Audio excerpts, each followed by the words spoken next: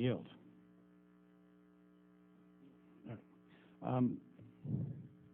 Without seeking to have you expand on what you mean by, quote, the homosexual agenda, I will point out, number one, you left out a few key provisions of that language: tracking violence and criminalization, and restrictions on the enjoyment of fundamental freedoms consistent with U.S.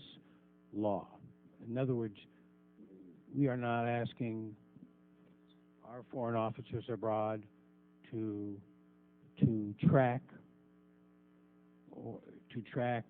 or report on any provisions which we haven't ourselves adopted. So as to your question about same-sex marriage, the answer is obviously no.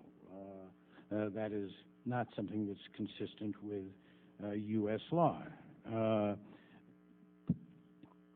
This doesn't force anybody's agenda on the Foreign Services officers, but on the fundamental questions of violence, criminalization, and restrictions on the enjoyment of fundamental freedoms, I want our Foreign Service officers, in the spirit which you have so frequently and sincerely and passionately advocated, to be forces in favor of promoting human rights and individual liberties, and actions to deter and stop violence, and to ensure that fundamental human liberties are not criminalized, and do not apologize for supporting such a provision.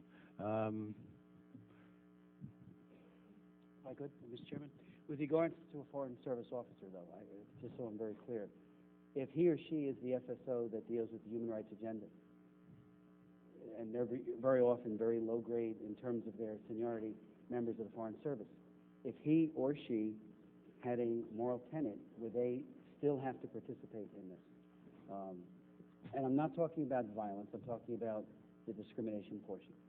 Because discrimination is a very wide, that is not defined in the bill. There are people, sincerely, who believe that a ban on homosexual marriage is discriminatory. It's going on in many of our states, as we all know. But it could become the law of our land.